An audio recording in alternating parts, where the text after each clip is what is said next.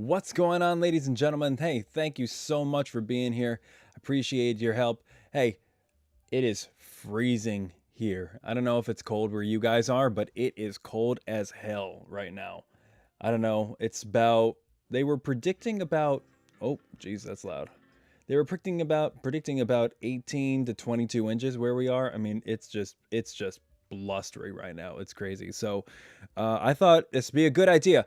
Let's just come together. A wintry time. I don't know where you guys are, but you know what? It's a good time to just kind of vibe, to just kind of chill and hang out, and kind of just talk about life. Let's talk about winter stuff. I've got some Christmas stuff. I've got some games. Let's do that. It's going to be fun. And if you guys really want, thank you guys so much for being here. If you guys really want, help out, support the channel. Also, if you see right here, over here, we got a tip goal, trying to get a dream house, trying to make that happen this year. So anything you guys can contribute, we got a short goal of $1,000 this year. Anything you guys could do to help out, $5, $1, 50 cents, anything like that. Leave a super chat, leave a super thanks. I would really appreciate it. Also, tipping at the bottom, there's a whole link and everything. So anything you guys can contribute to help achieve that dream house, I would love it and appreciate you guys so much. What do we have here tonight? What do we got? All right, we've got games. I've got books that I want to talk about. I want to hear about your books. I want to hear about your movies. I want to hear about what you guys are doing on this wintry night to kind of keep chill, to kind of keep cool. I want to see like what your resolutions are. We talked a little bit about that on Patreon, but we didn't get too deep into it. I talked about mine, but I want to hear about yours too. And then also, much more importantly, and this is important because I've got winter stuff. I'm in a basement right now, but I've got my beanie. I've got my Christmas sweater, my sweater pants on. Look at that. Look at that. It's so festive. And it's January. But most importantly, and this is what we got to talk about, I don't know if you've ever had it, Fruit Scotto. Now, Fruit Scotto is like a regular Moscato, but they've just upped the ass like with sugar. And that's kind of what we're doing tonight. So I want to know, what are you guys doing? What's your drink of choice? What are you doing? Hey, Ray, how's it going? Oh, yeah, Kira, I am bundled up for the cold weather. Let me know what you guys, all right, the record to beat right now, I think last I checked, it was like 13 inches. 13 inches. All right, let me know how much snow you guys are getting, because I'm hearing things from like Buffalo. I'm hearing from North Dakota. It is just getting blasted with snow, even down in the Carolinas. And oh my God, remind me, I got to go up. I had an emotional support cow upstairs. I was just in Houston and I came back and I got a little Houston cow. So we need our Houston cow as an emotional support cow. So let me know what you guys have going on. I'm going to pour a little bit of this right now. What's your drink of choice on a wintry night such as tonight? Let me know. This is not good to pour.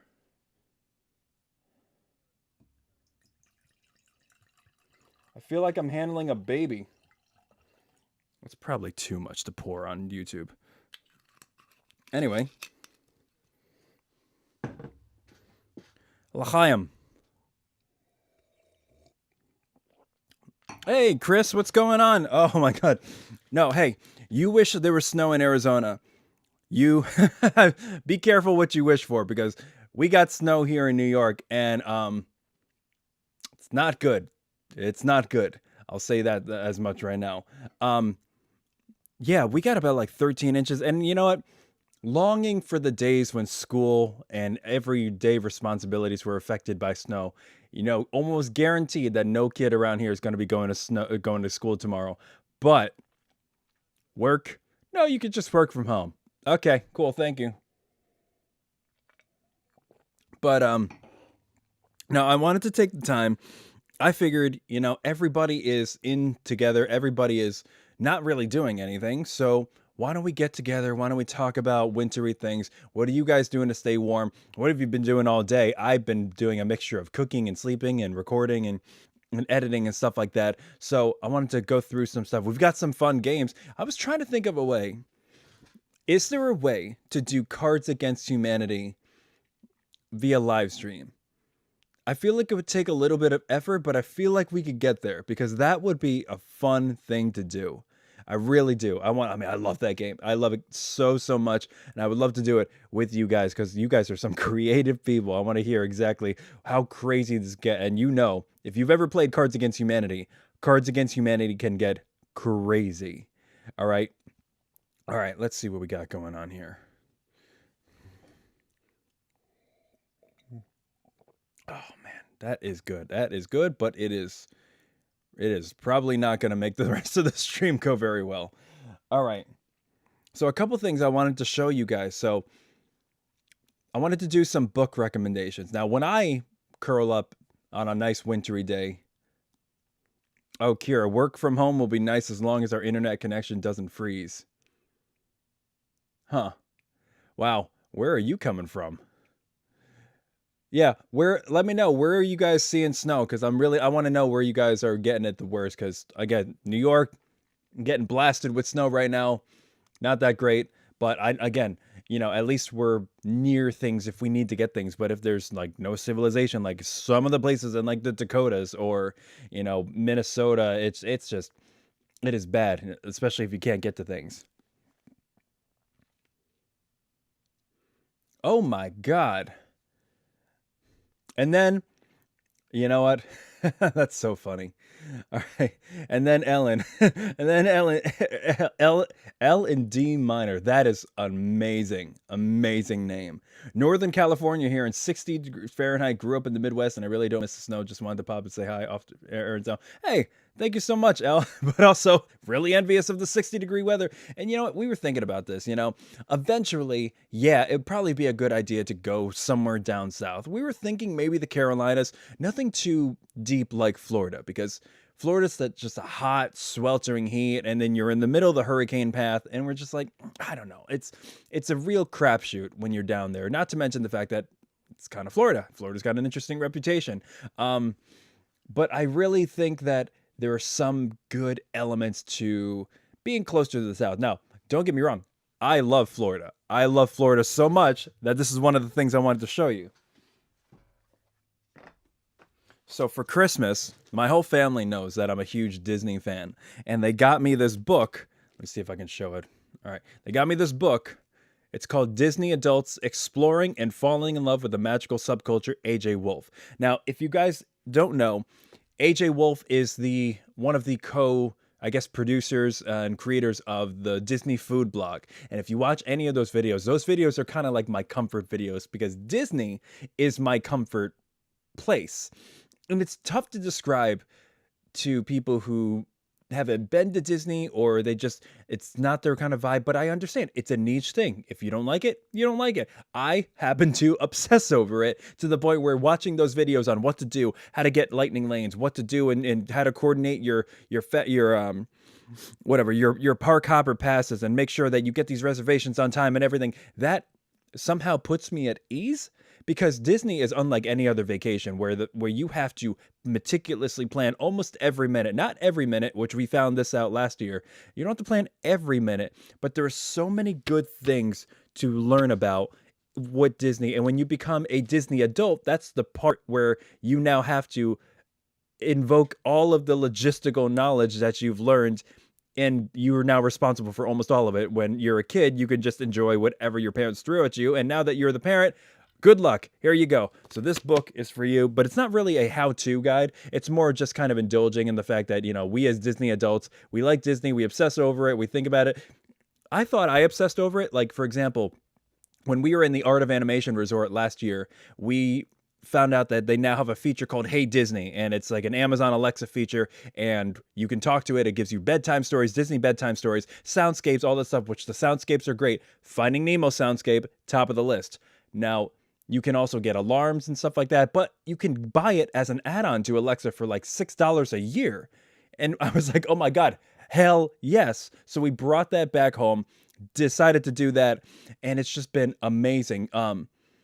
So there were little certain things like that just we really like to bring home. We obsess over it, but I was a huge fan of it. I didn't realize that there were people who were even bigger fans. Like, I know about the Hidden Mickeys, and I look for them to try to figure out where they are, but like, some of the people in here are, oh my God, they're on a whole different level. And if that comes from being a Disney fan, all the more power to you. So I haven't really gotten too deep into the book, but I'll let you know. And if you guys want to go, check out DFB, Disney Food Blog. They're a great group of people over there, and they do some great work in helping you guys plan the most magical event and vacation that you can. This isn't a plug. I'm not getting paid for it. I just love Disney so much that I love people who love Disney. So there you go. And my family knows that I love that. All right, so what are we missing here? All right, so there's an actual website for CAH Online. YouTube left the Wendling. Oh.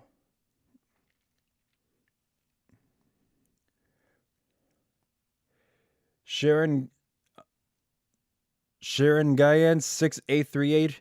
Where are you coming from? Have yet to visit Disneyland, either local. Ah, okay. So are you out in California then?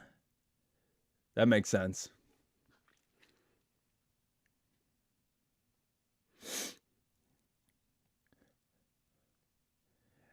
Hey, Godspeed, what's going on? All right, take a drink. Now, these are some of the Christmas things that I got over. Hey, Cinderella. What's her name? Cinderella was my first Disney princess movie, and I think my first Disney movie was Fox and the Hound. Fox and the Hound was so sad. I don't remember much about it. I just remember crying. And it was, those earlier Disney movies, they really packed a punch. Not like the newer ones they've done. They still pack a punch, but it's a lot more grim back then. I remember Fox and the Hound. Even some of the shots in Fantasia, obviously. Fantasia was, oh my God, next level traumatizing. That dinosaur scene to Tchaikovsky was, horrifying for kids. Kids should not watch that. Do not let your kid watch that, but probably should let your kid watch it because it's Disney, but whatever. Anyway, oh, Kansas. Oh, interesting. Okay, I will say Kansas, if you're in Kansas, Disneyland or Disney World. I would say if you're going to spend your money on anything, probably Disney World, because Disney World is so much larger. You've got Disneyland, but all of Disneyland is really the size of one park in Disney World. Disneyland was the template. It was the original. And then once they got the original down, oh, look, there's a swampy area in Orlando, Florida that we can turn an entire state into a giant theme park. And that's exactly what they did. So I would go to Disney World because you've got the 4 parks. You've got Animal Kingdom, Magic Kingdom, Epcot, Hollywood Studios, and there's so much fun stuff that you can do there. I love it. Make sure you go there because it is God. You don't realize it until you're there. And here, I'm going to go on a Disney rant again. You don't realize until you're there. They work tirelessly to make sure that you don't feel the pressures of outside. You can't see any exterior buildings. You're just lost in the magic. They give you the utmost respect, even if you're a dick, even if you're the worst guest out there. They give you respect. They call you sir, princess, prince, whatever. Keep you in that fantasy. Everybody's a cast member, and I just can't emphasize enough how different it is from any other theme park. And if you've been there, all the way down to the rides. The rides aren't just, okay, you get on, you ride around. Maybe the carousel is like that there, but most of the rides are, you are a character in the story and you are going on a journey. And who better at storytelling than Disney of all people? So once you sit down and that lap bar comes over you, you are a character. Actually, scratch that. Let me go back.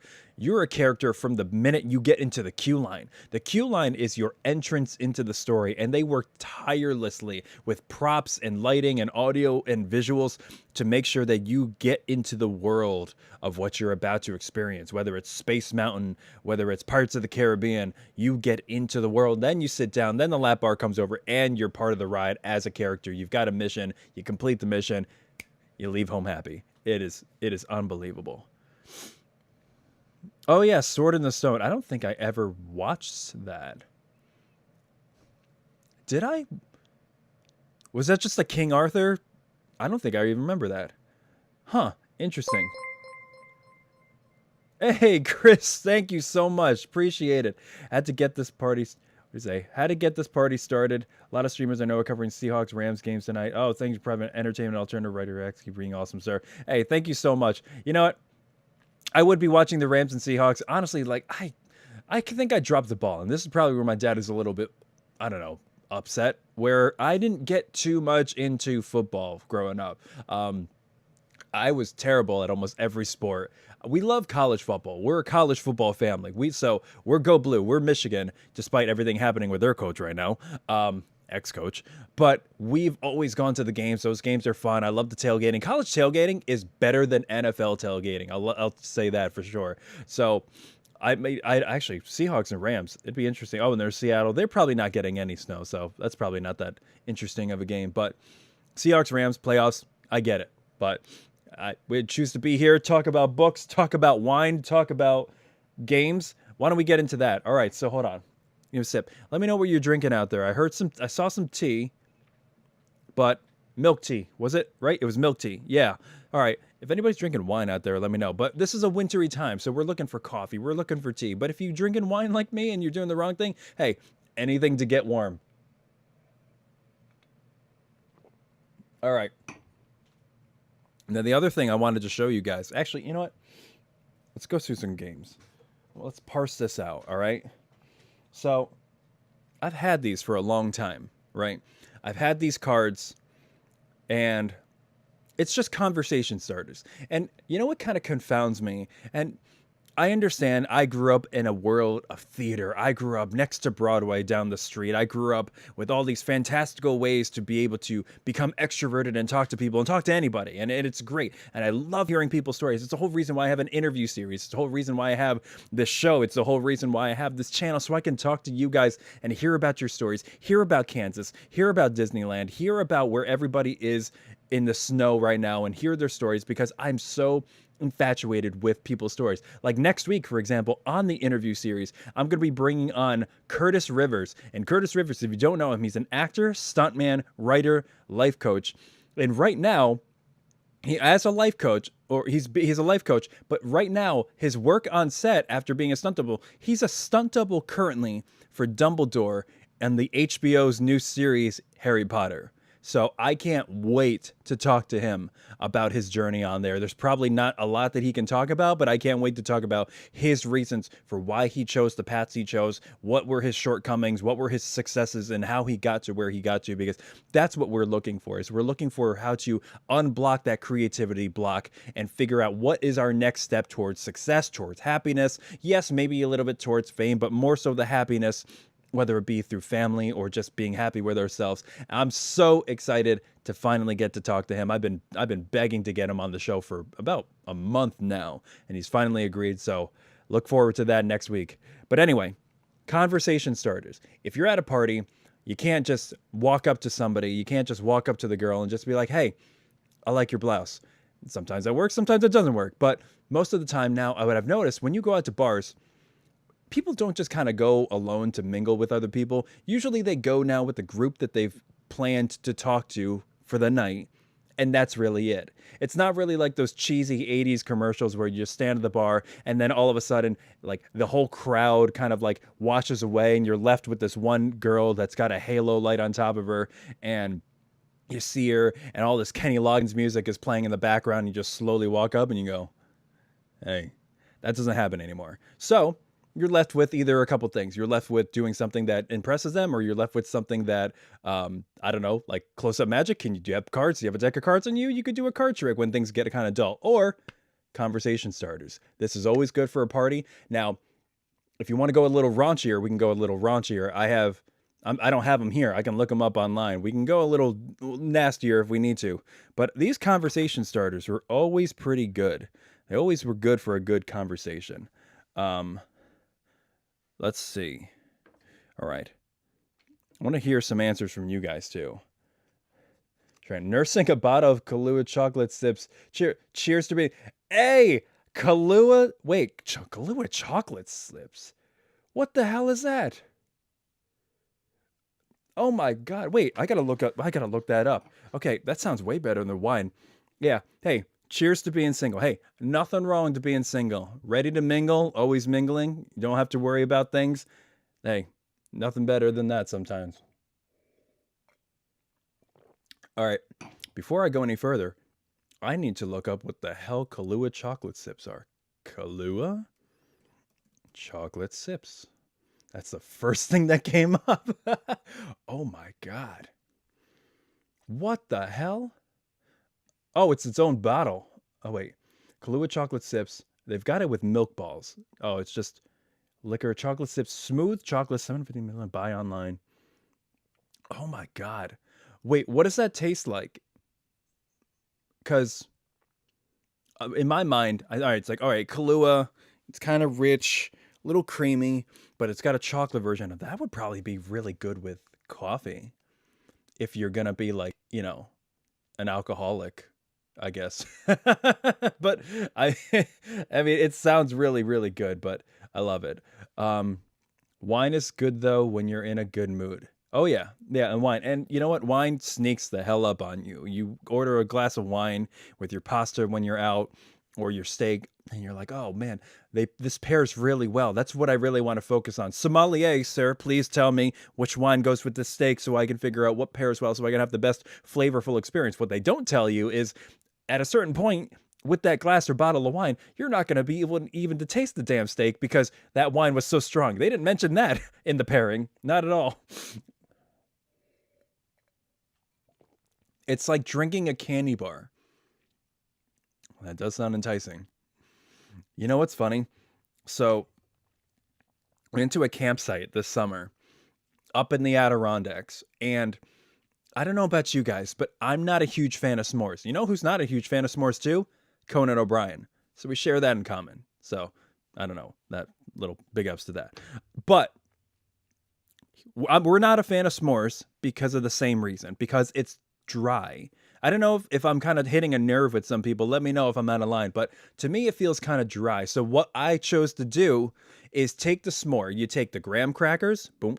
You take the big old marshmallow, which now they come in like squares, which is really awesome. They're s'more and graham cracker shapes, so they know what you're trying to do. But instead of taking chocolate bars, because the chocolate bars never seem to melt, like you could have the most molten Pompeii of a marshmallow, slap that thing down on the graham cracker, and then that chocolate bar will just sit on there going like, no, I'm fine. I'm just tanning a little bit, nothing too hot.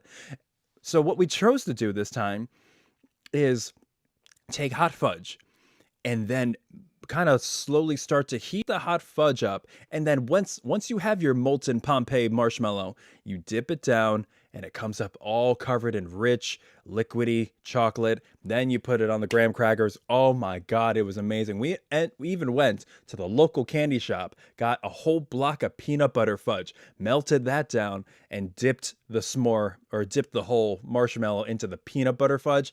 When I tell you guys, it's like straight up foodgasm. If you can try anything in life, try little different combinations of food differently and you'll come out so much better. If you can try a s'more with fudge, liquid with melted fudge instead of a candy bar, oh my God, I swear to God, your whole life will change. Your debt will probably go away. Don't quote me on that. Okay, here we go. A bottle of rum chata. It's been languishing in my refrigerator. Not a big drinker, but it's there for emergencies. I feel the same way. Chris, because I have my drink. Everybody knows my drink is Di Serono. And it's so funny. Like I'm such an impulse person because I'm such a slave to marketing because I remember, if you guys remember, there's only one commercial I remember from Di Serono, and it was just Di Serono on the rocks. And it's like it's almost like the Dos Equis stay thirsty, my friends kind of guy. But it's just a guy with a scotch glass, Di Serono on the rocks. Now, Di Serono, if you don't know, this is going to be a whole thing about alcohol, but whatever, what it is. It's an amaretto. It's smooth. It's velvety. It's got notes of like almond and vanilla in it. And it's got almost like kind of licoricey taste. I don't drink liquor straight. I can't do that. It's kind of gross to me. It's not like college where we were just downing Everclear like right before like cancer walks. That's a whole different thing.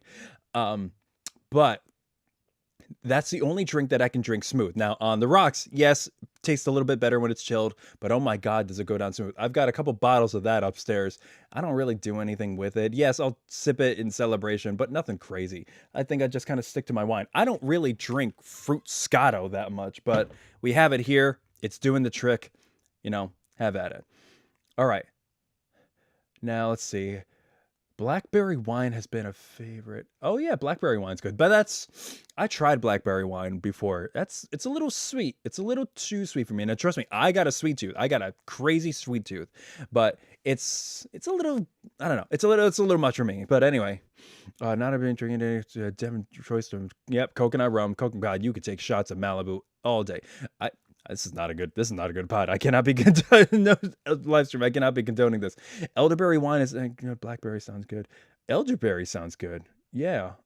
All right. So here we go.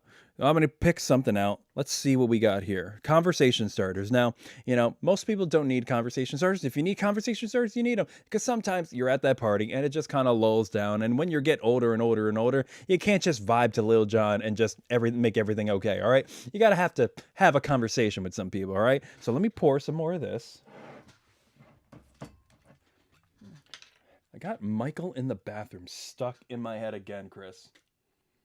Somebody was singing it at karaoke last night, and I can't get it out of my head. Michael in the Bathroom. Chris knows what I'm talking about because that song's been stuck in my head for like damn near 2 months now. If you don't know, it's from the musical Be More Chill. That Michael in the bathroom, I am hanging in the bathroom. Just my buddy kinda left me alone. God, it's never gonna get out of my head. But I'd rather think than stand orally or pretend to check a text on my phone. God, never again. Never again. All right, here we go. Card number 1. Would you like a quiet life of safety or a life of great adventure and uncertainty? Would you like a quiet life of safety or a life of great adventure and uncertainty? It depends. And this might be an issue. I might be a little bit too like ADHD brain to like pick one or the other. Not everything is in absolutes for me. So I'm thinking in one hand, a life of safety. Financial stability? Yes. Safety for my family? Yes. But a life of adventure and uncertainty. Do I want to just go in a direction into like the woods and the mountains and just kind of have at it and just pick a direction? Yeah, that sounds awesome. Do I just want to go and just say like, you know what? I'm going to pick a random show on Broadway and just see it if I like it. No name people on it. I don't want to be drawn by actors' names or directors' names. I just want to go and see it. Something like that. That could be kind of cool. Like, I hate to say it, but yeah, I'm a slave to marketing again. I'm like, we didn't go to. I wanted to go to Glengarry Glen Ross when it was on last year with Bill Burr, Kieran Culkin, Bob Odenkirk. I liked that show, but would I be tempted to go if it didn't have such big names like that? Probably not. Especially to see Bill Burr act in a comedic drama like that. That would be so, so cool. But I gotta just go and pick something because that's how I found In and of Itself by Derek DelGaudio, one of the most mind-blowing one-man shows I've ever seen. And if you haven't seen it, I'm plugging it now. Go on YouTube right after this and watch Derek DelGaudio's In and of Itself. It'll blow your mind. He uses magic to tell a story about how we challenge the social norms of who we are as people. But if you're not ready to cry, don't, because I guarantee you will cry. But it is one of the most beautiful, I'm not a huge fan of magic shows, but it is one of the most beautiful, heart-wrenching shows I've ever seen. And it left me making me wonder, like, do I really know who I am? Which is a daunting thing to think when something ends. But it's amazing. If you got an hour, go watch it. It's incredible. All right. Kira, great adventure and uncertainty Mix it up a bit. Yeah. So like, what would be a spontaneous thing to do? So like in 2026, if we were to do something spontaneous, what would it be? I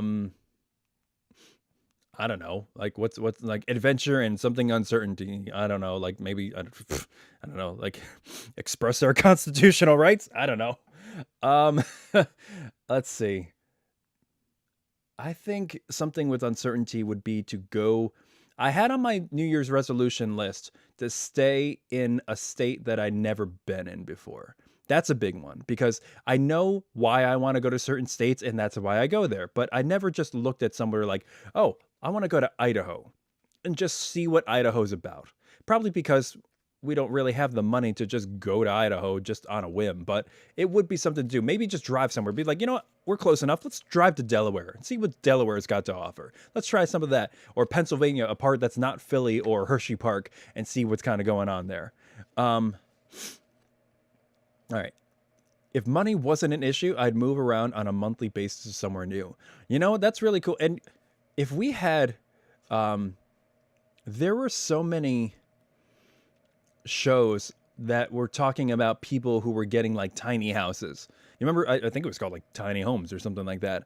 And you could use that to actually travel because people spent less money on homes, and homes. I mean, you really, I don't have to explain to you with the, with the donation down in the bottom corner. Homes are crazy expensive right now, and it's like almost feels like you're drowning because you just have to, there's so much you have to pay. And yes, everybody's getting screwed over, and that's one of the tough things about New York. I won't get too political about it, but like, it is a little tough. But if, yeah, tiny homes are good if you have like the frame of mind, if you have the freedom to do so, and you have obviously the finances. Maybe a mobile home, maybe like an RV, that would be kind of cool. And just like leave, if you could work remotely from anywhere, that would be amazing to just travel the country, because there are so many beautiful places in this country. I love it. Yet I'm drawn to cities, but I'm also drawn to mountains too. So mountains and rivers and deserts. Oh my, you know, so I would definitely do that if we could figure out a way to do that, or if you could just do a mini version of that. If you could just, you know, set a little money aside and just do some long distance driving. I thought about this before, because like every time I'm Instagram, I'm looking and I see flight from this place to this place for only $49. I'm like, oh, I have $49. And that's honestly how I ended up with a rabbit in college, because the college, I just came off of a really good high from an amazing operatic vocal performance. I went down to my local mall. I saw that there was a box of rabbits, and it said rabbits $40. And I was like, oh, I have $40. Oh God. Oh my God. And I came home with a rabbit. Now the rabbit came with a $300 set to keep the rabbit alive. Didn't know about that. But yeah, I don't do impulsive financial things like that, because you end up with a rabbit that ends up chewing up all of your wires. Cute rabbit, little chocolate bunny, but still. Anyway, but if you could do something spontaneous, and set aside some money and just do something like that, that would be great. But the whole reason I said that is because I see all these ads for flights for like $50 to this place, and I think to myself, you know, would be really cool. It'd be the ultimate act of spontaneity. Maybe, well, there's a little bit of pre-planning in there, but the ultimate act of spontaneity would just be like, you know what? You, me, we're going on a flight. Where are we going? Across the country. How long? Just a weekend. We're leaving Friday after work. We're coming back Sunday night. And then you just spend a good long day wherever you go, whether it's like Chicago, whether it's like the Everglades, whether it's, you know, wherever else. Like when I went to Houston, it was my first time being in Texas. I still got to get my emotional support cow. Actually, you know what? Hold on. Let me grab that.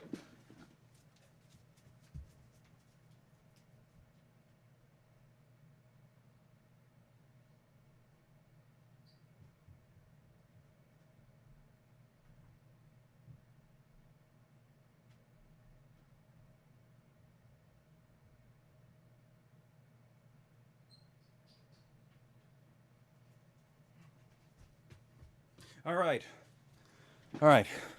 Whew. Nothing like running a marathon in your place. Look at this guy. This is my product from Texas. Look at this. Isn't this guy the cutest thing in the world? I've been calling him my emotional support cow. He's a little Houston cow. You know? I don't know what makes him different from other cows, other than the fact that he's been branded as a cow from Texas, but that's him. He's a little emotional support cow. So I'll put him over here. Yeah. And so Houston was cool. I mean, it wasn't a whole lot to do. The downtown was really nice. One of the best steaks I've ever had. But when they say everything's bigger in Texas, what they mean is you can get a bigger steak in Texas, but it's going to be more expensive. It doesn't just come bigger for the same price. I don't know why I thought that, but yeah, that was a kind of harrowing experience. But anyway, all right. Kieran Culkin. Oh, sorry. I missed all this stuff. All right, so Kieran Culkin. Kieran Culkin was amazing in the film Saved, and yeah, I just watched Chris, Succession for the first time. Hooked for all 4 seasons.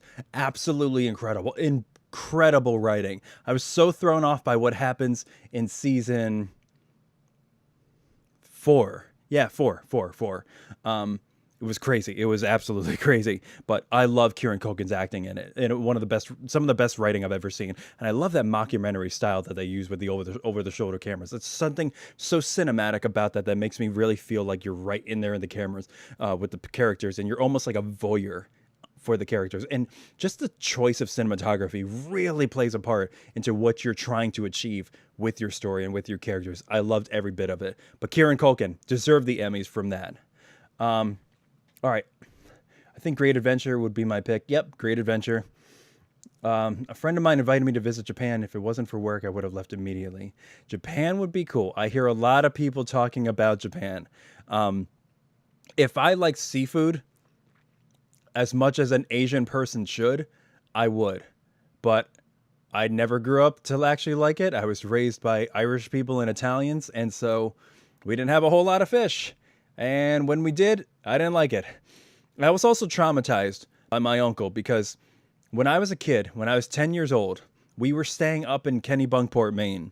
And my uncle, the rule in my family is all of the men of the family will just shoot shit at you, and you got to learn to shoot shit back. Otherwise, you're going to just drown. They'll keep throwing it right at you. So like they'll say snarky things. They'll be like witty. They'll try to like make fun of you and poke fun of you. And I was like one of the youngest. So that's kind of what happened. And so they always loved pulling pranks. So we were up in this hotel. The whole family there. Was a big old family affair for the 4th of July.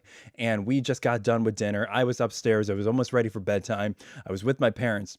All of a sudden I get a knock on the door. This little, and my dad, I think, was in on it because he goes, "Oh, you should go open the door." So I go and open the door and I don't see anybody, but I look down. And what do I see in front of me but a completely reconstructed lobster in front of me? I screamed so loud. I jumped over the bed like James Bond in his life or death moment, jumped and rolled over the bed and hit on the other side. They bellowed laughing. Apparently what they did was my uncle went down to the kitchen, paid one of the sous chefs like $20 to reconstruct a lobster, take all the pieces like Frankenstein and just put them all back together and serve it on a platter just so he can come prank his nephew. And I say to this day, since then, I've been completely traumatized about shellfish. I'll eat clams and certain things that I just realized didn't have much taste. But watching people break apart a crab and a lobster, like I almost feel like they're like Hannibal Lecter, because I'm watching them and they've got this just this look in their eyes. And I'm like, you've thought about this with other things other than lobster. You must have, because the way that you're going at it and the satisfaction you're getting from the crunch of this thing's shell and joints is off-putting. It's off-putting. So I'm gonna eat in the other room, and when until all of this slaughter is over. Okay. All right. Let's see. But yeah, Japan sounds really nice. I mean, I would love to visit the gardens because cherry blossoms are really, really cool. I thought about, I've got the Polynesian on this arm. I would love to get some watercolor version of cherry blossoms on this arm. I thought like hard edges would be one, and then soft like painted edges. And I also saw there's a style called trash polka. If you watch wrestling, Bray Wyatt had trash polka, and it was just like rough brush strokes, and it's a mixture of order and chaos, and it was really, really, really cool. I really liked it. Thought about doing something like that or the cherry blossoms, but I would love to see the cherry blossoms. I actually tried practicing Zen Buddhism for quite some time, and heavily influenced by the Japanese. That would be a really beautiful place to check out. There are also some really good egg dishes down there, so I would love to. But yeah, I understand. Like work, if we can just get a sabbatical. I think everybody at work, we should petition for this in the next presidential election. make it law that everybody is entitled, no matter what their job is, to like one sabbatical every 5 years to just go off, study, explore other interests, not get locked into your career, go off and just do something that you want. You don't have to explain it, you don't have to justify it. It is just guaranteed to work. See you later. Go off to Japan. We'll fund it. That would be amazing. All right. Chris says, when I get around to selling the house in Arizona, I'm hoping the market will stabilize. Off to New York to sell the family home. That'll be interesting. That'll be interesting. I want to hear what that process is like, because New York is an interesting place to sell and buy right now. All right. Moo cow. It is a moo cow. It's my little moo cow. It's not my moo cow, but I'm keeping it for a friend right now. Okay. Lobster tastes amazing, but I could never cook the poor thing in the scalding water. I was saying the other day, I was like, people want to get lobster fresh. They want to buy the lobster at the market, and then like it's there, it's alive, because they want the freshest meat. So how do you get the freshest meat? I don't know. You kill it right before it goes into your mouth. So what do? You bring it home. And I'm like, what happens if you get close to the lobster on the ride home? What happens if you have good conversations with it and it turns out that it's actually an intellectual that, you know, it's been studying, you know, astrophysics or something like that, and it's a lobster of value, a LOV, a love, if you will, a lobster of value environmentally. And this lobster has a lot to give to the world. And he's also, you know, going through a second marriage, and he barely sees his kids, but he's trying to pay child support and alimony at the same time. But the market is really tough. And now he's here, and you're like, oh my God, I'm so sorry. Drop. That's got to be horrible. What do you, like, I don't know. I've never done it. I've never looked at something in the eyes and then dropped it only to be stared at right back with those same eyes right before dinner time. But anyway, I don't know. I think watching, I've been scarred by too many lobsters and people eating lobster to not look at some people who eat lobsters like absolute savages. Anyway, okay. Okay, yes, we're going to compliment the ink work you have. Oh, thank you. You know what? I think anybody can do it. When it comes to sitting down for a tattoo, now mind you, this was not all one sitting. This was a course of several years. I didn't know what I wanted to do, so this is a different piece, this is a different piece, this is a different piece. I forgot, it's like I have my whole chest. I don't know if you can see it. Like I have a whole chest all the way around. All the way around. And you know what's really funny? And I should probably not disclose this, but whatever.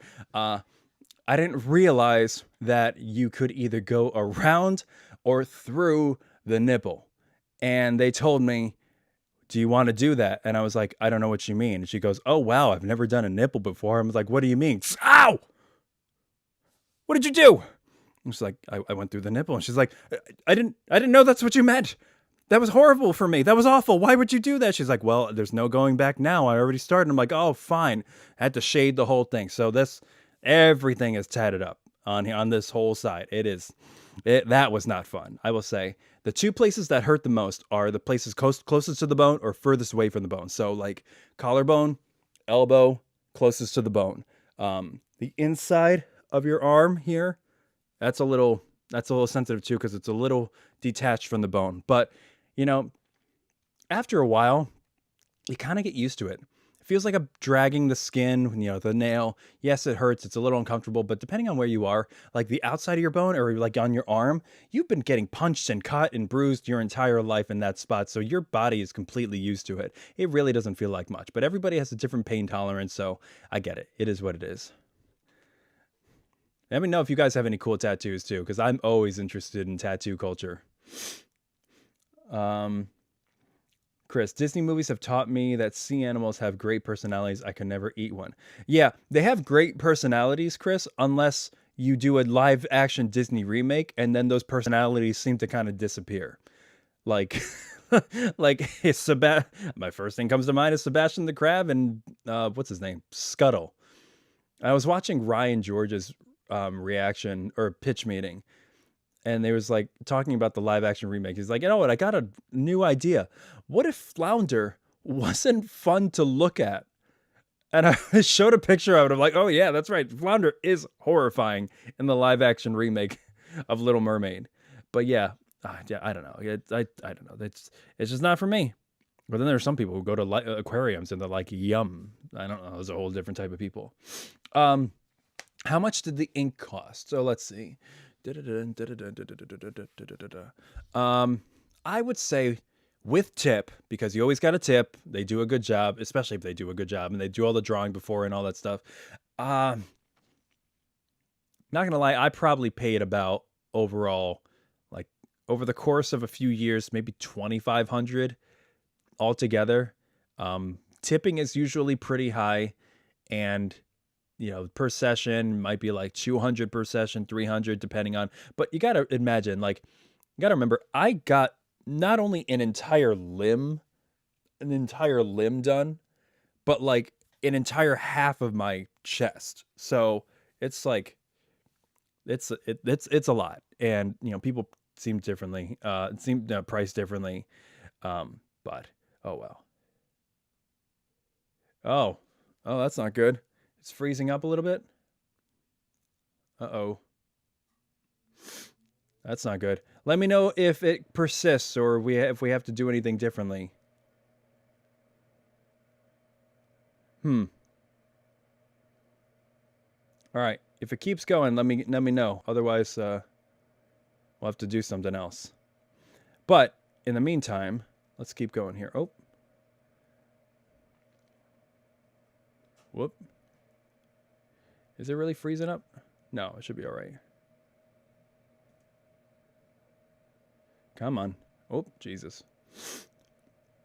Is anybody, what's the temperature where everybody else is?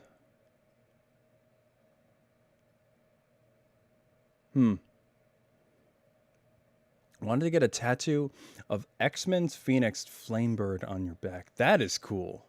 That is really cool. I wonder, the flame.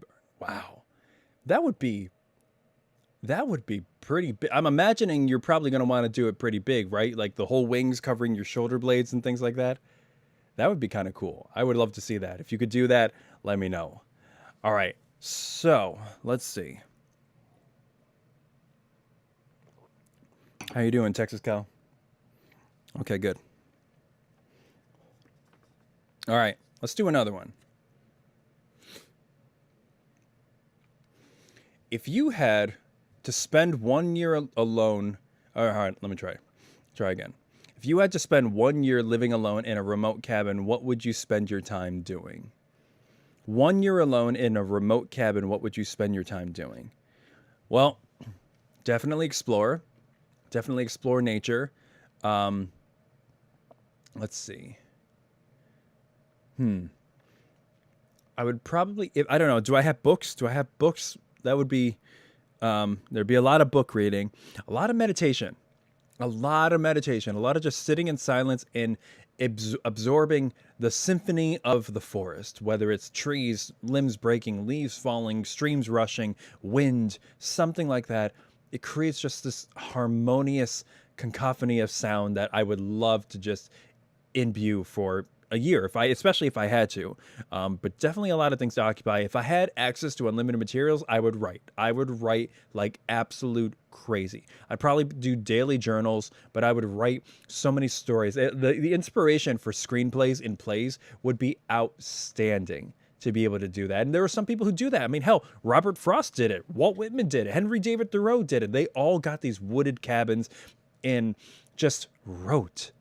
It's amazing what you can do when you're just sitting in nature. You think Walt Whitman wrote Leaves of Grass in the suburbs of the Bronx? Like, no.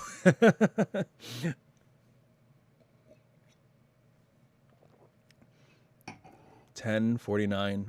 Oh my God. Wait, hold on.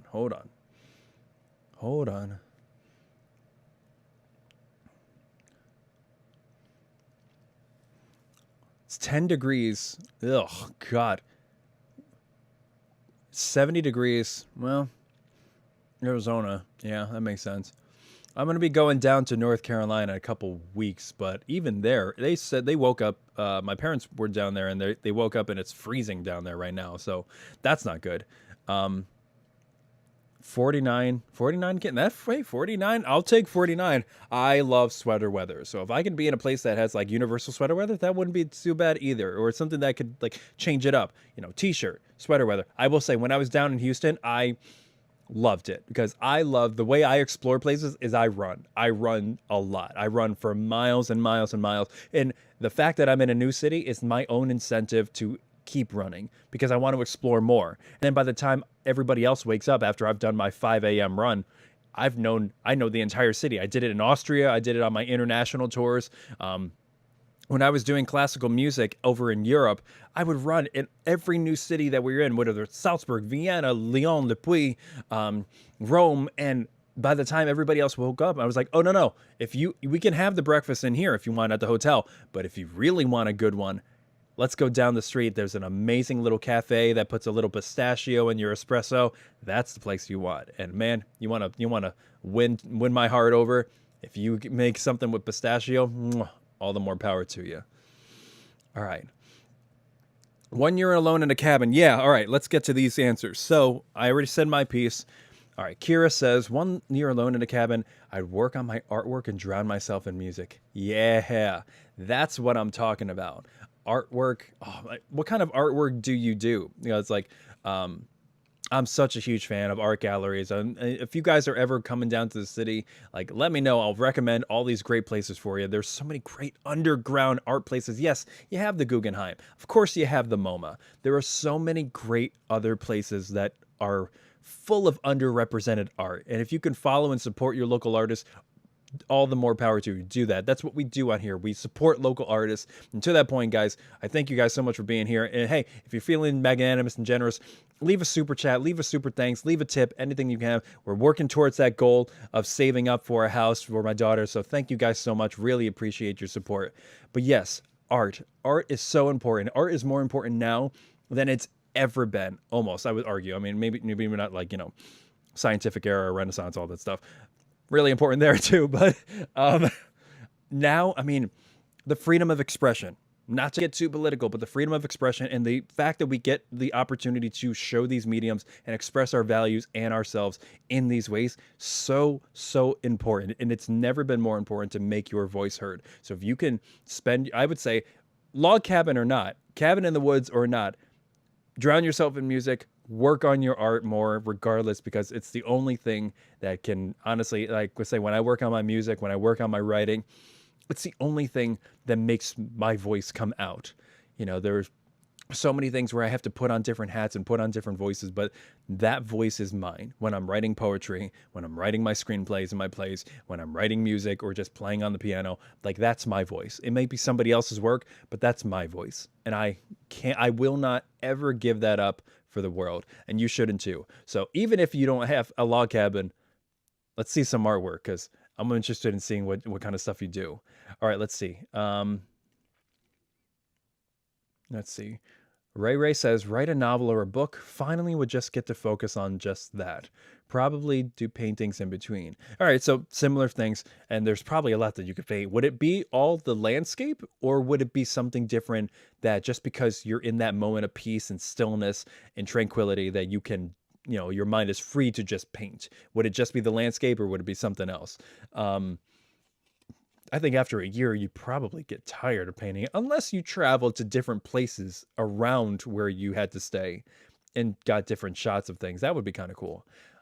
I wonder if or photography. If you're a photographer out there, that'd probably be a prime opportunity too. You know what I would do is I would try to like do a documentary or a one man film, short film or something. But that might, you know what? No, scratch that, because I think that would take away from, I think that would kind of take away from the, what is it? I think that would take away from the stillness of the sound of the music, of the environment, because we're just, I don't know, it's not going to be the same. You're not going to feel there. You're going to be focusing on shots. You're going to be focusing on making things more beautiful than they are. So in that sense, no, you're not going to be sitting in the beauty of that. So scratch that. I probably wouldn't be doing short film, but artwork, reading, painting, music, yes, here for all of that. Chris says, I'd go swimming in the cold lake next to the cabin, plus I have to tone up again. Hey, there is no better place to tone up than running up and down a mountain, because hiking, this would piss my uncle off because he would want to go on just some like little hikes up the Adirondacks, and I would be jogging up there. I'm like, sorry, I got to get my steps in. I got to get my resting heart rate up. I got to go. And that's one of my goals this year. This year, I'm going to do it. I'm trying to get down 15% body fat. That's what we're doing this year. I'm doing okay for now, but we have time. We gotta tighten it up a little bit. We need to create and show the world how beautiful this planet can be. Absolutely. Cheers to that. Go to a spoken word poetry slam. If you don't have any around you, there's no better examples of people who are raising their voices to speak up for this planet and for people and for everybody's rights, especially in this crazy time that we're living in right now. It has never been more important to have platforms, to use that platforms to speak up and stand out against injustices and everything else crazy that's going on in the world right now, because God knows they need the people. All right. Need a good pair of sneakers to run. Otherwise, your ankles be wrecked in 10, 20 years. You know what's funny? I ran horribly for so long. I was never really a runner. And I found myself running incorrectly for so long because when I ran, instead of, when you run and you push off with each foot, instead of pushing myself forward, I ended up kind of pushing myself up like Mario, grabbing a little, hitting a box. And I found myself, I would do like twice as many steps needed to run the same distance. And I would come down and the pressure on my knees would be crazy.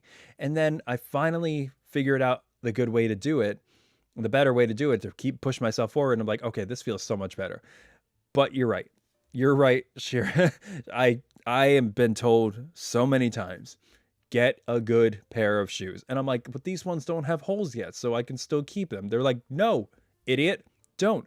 Get good shoes now. Not on Temu. Somewhere that has quality shoes. Get good shoes now. And I'm like, fine, I'll get good shoes. I got to get more pants too. I got to add that to the list. But yeah, I can feel it in my knees right now. Might do landscape, might do emotional paintings to process some past stuff. That's good. Good. Landscape stuff is really good. And it's really, I love the expanse of it. And I love looking at paintings, especially if paintings are realistic. It's literally just a window to something. And obviously, yes, a picture does the same thing, but seeing the effort that goes into it is so much more enthralling. The effort that goes into capturing this one moment in time, which is incredible. I love that. But obviously, we know art, music, poetry always meant to help us heal, to help us process, to help us figure things out that anything else wouldn't do, which is why we need to be advocates for the arts in our school systems everywhere else, because music and art touch parts of the brain that would otherwise be left untouched. And that's the biggest pitch to keeping the arts. I remember my professor saying, if you're going to pitch to keep because I went to school for education. They said, if you're going to pitch to keep music and the arts in the school systems equally funded, in the face of all of these core programs getting shoved down everybody's throats, then you need to make a pitch to show why they're unique. You can't pitch them to be something that makes that a math class or a science class can do. You could say, oh, well, it helps their critical thinking. And they could say, well, you know what? So does social studies. So does math. It helps their, ability to, process sequential thought, and be like, well, again, so does math, so does science. But if you say it touches parts of the brain that otherwise are left untouched, and it helps stimulate creativity and motion, and it helps a lot of kinesthetic learners, which a lot of us are kinesthetic learners. We have to get up, we have to move, we have to touch things, and they have to be tangible to actually learn how to do things. We have to move to think, which is why a lot of people, I remember there was a famous ballet dancer who was so fidgety that her mom took her to her doctor. And the doctor said, all right, I forget what her name was. We're going to leave you in the room for now. Your mom and I are going to have a talk outside of the room. So they left her in the room, and then they left. And there was a two-way mirror that they stepped behind. And the doctor said to the mom, just watch this. And they watched for about 5 minutes. And the daughter got up from her chair and just started twirling around. just started moving, staring at her own feet, staring at her hands, extending her arms, looking at the lines that she was making with her body. And the doctor said, "Mrs. So-and-so, your daughter's not sick. She's a dancer. Take her to a dance school." And she did. And there was an interview with the daughter, with a woman who became one of the most famous ballet dancers in history. And they asked her, "What was that like?" And she said, "It was incredible. People who were just like me, people who had to move to think." Not everybody learns by PowerPoint. Not everybody learns by lecture hall. Most people need to learn with getting their hands on something, with physically doing something, with repetition, with support and care. That's how you properly train somebody. That's how you properly teach somebody. You need to adjust all these music or learning styles. And music and arts, honestly, are the best subjects to incorporate different learning styles. You could do lecture hall style. You could do reading or writing. You do visual, reading, writing, kinesthetic, audio. There's so many different ways that you could approach music. But yeah, it is. I don't know how this started, but that's my pitch for for music. Oh, it's because music and art can help you process past traumas and things like that. Yeah. All right. Kira says, "I'd love to interact with the animals and with the animals outside it and have them trust me enough to come up to the cabin in the snow." You're really going full Snow White in this.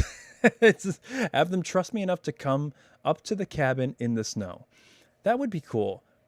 I think we can get a lot of deer around Central Park around here.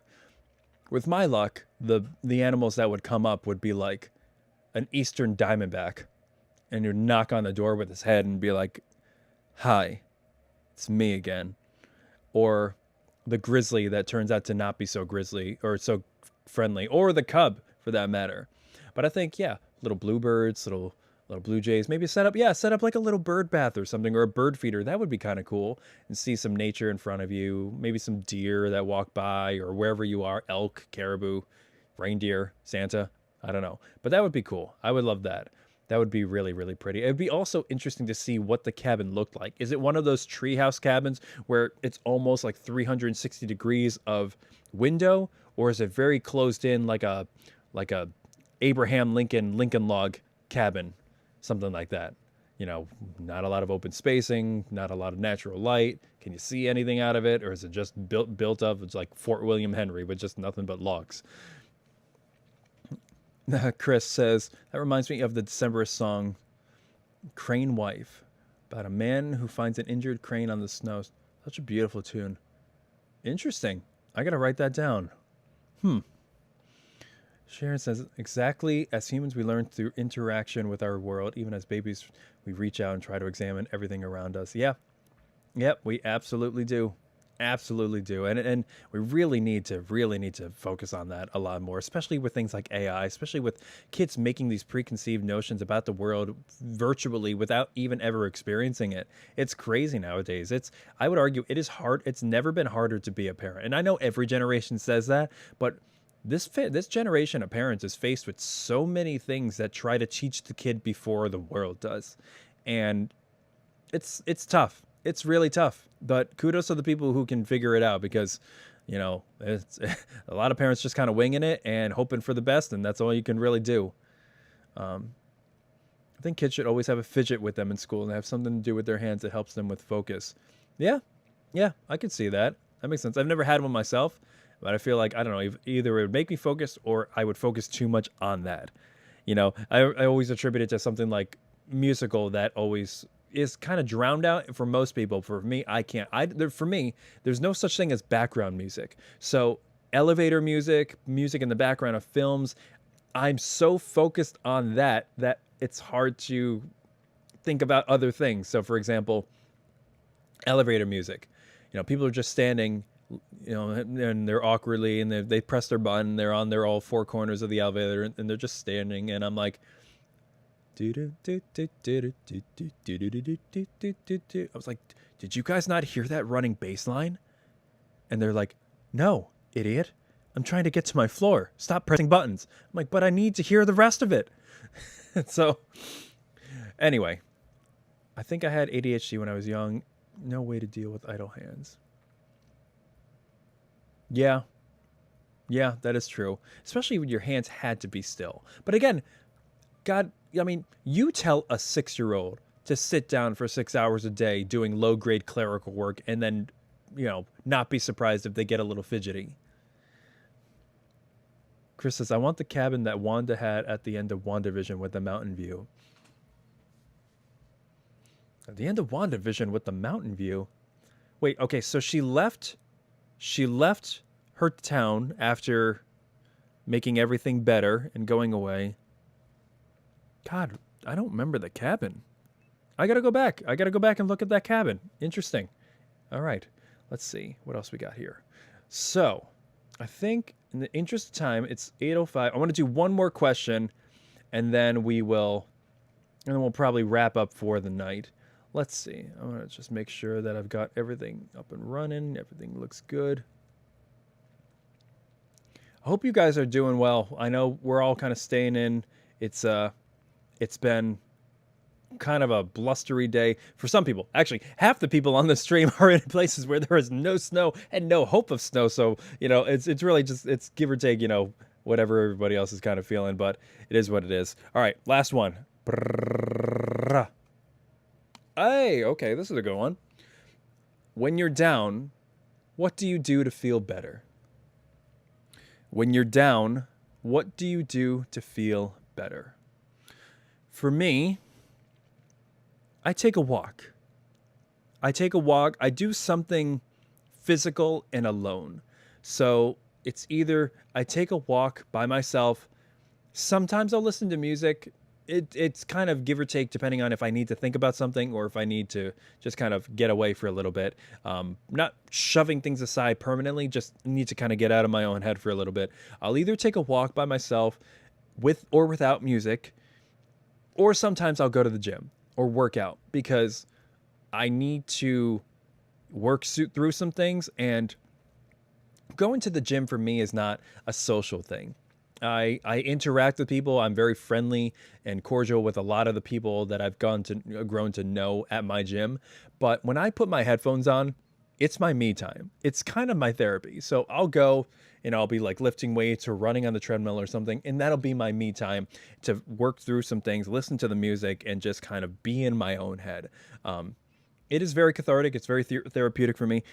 But if I'm down, I'm home. Sometimes I'll play music. I will play piano, and piano is just great for me because the piano I can just turn my brain off and my fingers will just go. My fingers have a mind of their own, and they will just play. It'll be some aria, accompaniment, or something Schumann or Debussy, or even something recent, maybe like the Interstellar theme, or Ludovico Einaudi with an amazing Italian film score. I love him, or something Hans Zimmer, and it's really beautiful. But I need to kind of get out of my own head, is what I'm saying. So those are the things I do in order to achieve that common goal of getting out of my own head for a little bit, even if I kind of trickle in some thoughts about it. But other than that, yeah, I just kind of hang out.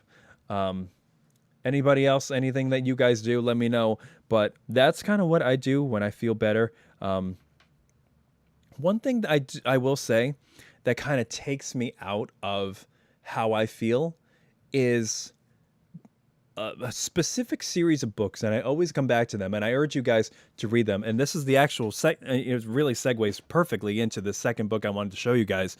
Excuse me, Houston Cow. So this book here is called, well, there you go. This book here is called Dear New York. It's by Brandon Stanton, creator of Humans of New York. And what this book is, well, let me explain what Humans of New York and how I got here. So Humans of New York, I discovered, I guess this guy had a blog and he wrote about stories and he took pictures of people. He's a photographer and he took pictures of people and he just got little blurbs of how their day is going, what their life story is, or just something interesting about them, or a quote or something like that. And he put a compilation in a blog and people urged him. They loved it so much. It was an internet sensation. They told him, you need to make a book out of this. So he did. And he made Humans of New York. And I read through it. And to be honest, I laughed. I cried. I was inspired, I was motivated, I was heartbroken, I was depressed. I get emotional just thinking about some of the stories in there. And a lot of it is just little paragraphs, little sentences with a big picture of somebody in New York City talking about struggle, whether, it's something that's happening as the picture is being taken, like somebody saying, I'm just processing the fact that my wife just told me 5 minutes ago that she wants a divorce. Or these two people are saying, we're having a get together right now because we haven't seen each other for over 70 years. And somebody's saying, they're looking at a picture of their kid, and it's a parent saying, life is hard. This is what we had to do, what we had to endure. Or if it's like a little kid in like big poofy pants that said, I'm wearing my big boy pants. It's just so funny. Or what somebody decided to do when the photographer said, strike a cool dance pose. And so Dear New York is kind of an extension of that. However, New York City have been kind of getting a bad rap, apparently, according to Brandon Stanton. And so what he decided to do was come out with a second book. He has Humans, which is global, not just restricted to New York, but global. To this one, Dear New York, is almost like a love letter to New York City to show the beauty and the tragedy and the heartfelt people and communities behind it, because I guess some people kind of poo-poo it. And so he used this as a tool to kind of bring people back to the life of New York City and to re-inspire people when they think about it. And man, there's not a dry eye when I read it. So like you can open it up and, so it'll be like this. And they'll have story after story of people. And these are a little bit longer than the ones in Humans in New York. But, there are so many amazing stories in here. Now, let me try to go the other way. Whoop. Yeah, and there's just so many great things in here. And I love, especially for somebody who loves to write, somebody who loves to listen to music, somebody who loves to do art, there are just so many great stories in here, things that you can get inspiration from, all of these people. And it's amazing what you find in this book. So I urge everybody, if you can, like, buy a copy of this or check out his blog, follow him on Instagram, figure out how you can be a part of this community. It is so beautiful. And if you have a beautiful story to tell, let me know and tell me. I really appreciate it. Okay, we've got some answers here. Depends. A warm hug, being someone I love helps. Sometimes watching a comedy helps. Other times I will use art or writing to get feelings out. Yep, that is definitely very, very good. We appreciate all of that. A nice swim at the pool for an hour or so. That is very specific. Then a piece of cheesecake while watching Kim's Convenience. Oh my God. I've been doing this past month. I've never seen that show. I saw a little bit of it. Wait, hold on. Is that the one where Simu Liu is in? And how it kind of like launched his career after or before Shang-Chi? Is that Kim's Convenience? I don't remember. But I know it's funny. I've heard it's really funny. I got to add that to the list. Working on a digital comic right now. Oh, that's cool. Enjoy putting together a puzzle while music plays in the background with my kittens sleeping on my lap. That sounds serene right now. I gotta tell you, we were at the bar yesterday doing karaoke and 2 dogs walked in and I almost lost it. I was on stage singing while these dogs walked in and I almost stopped the song halfway through to just want to pet these dogs, but that's a whole different thing. I've gotten kind of lazy now, where I discovered that there's a website where you can do puzzles online, and when you get close to the puzzle piece, or the spot that puzzle piece is supposed to go in, it'll just like right in there. And I'm like, oh, that's easy. You don't have to worry about whether or not it fits or not. It's just right in there. And I'm like, man, is that going to ruin how I address actual puzzles now in real life? Maybe. I don't know. Who knows? They're a good personal gift if you want to customize a picture into a puzzle. That's a good present if you want to give somebody that. But yeah. No, I think I really want to make sure that everybody is feeling heard, feeling safe. Your stories are out there. Tell me all your stories. I love hearing your experiences. I love hearing about what you're doing in life, what your goals are, what your ambitions are. Hell, the last stream we did on Patreon, we talked about New Year's resolutions. We talked about everything that we could to see how we could get better take stock of where we are, where we're going in the future. How do we manage stress in life in this crazy, crazy world and moment in our country? How do we stay strong? How do we find solidarity? And a lot of it is through not letting that flame of inspiration, of creativity, of the will to perform for others, the will to entertain, not letting that die out. May it never die out. And to that, I say cheers. So, with that being said, guys, I hope you guys, if you are in the snow, stay safe. Don't do anything extraneous. Be safe. Stay warm. For everybody not in the snow, I hope you guys are happy. I hope you guys are fulfilled in your life. And if you're not, we'll work together. We'll figure out how do we get to that next step in life. That's what we're all about here on this channel. So I thank you guys so much for being here. Thanks for taking the time out of your Sunday night for just being here and hanging out. I always love it. Nice wintry night. So thanks, guys, so much.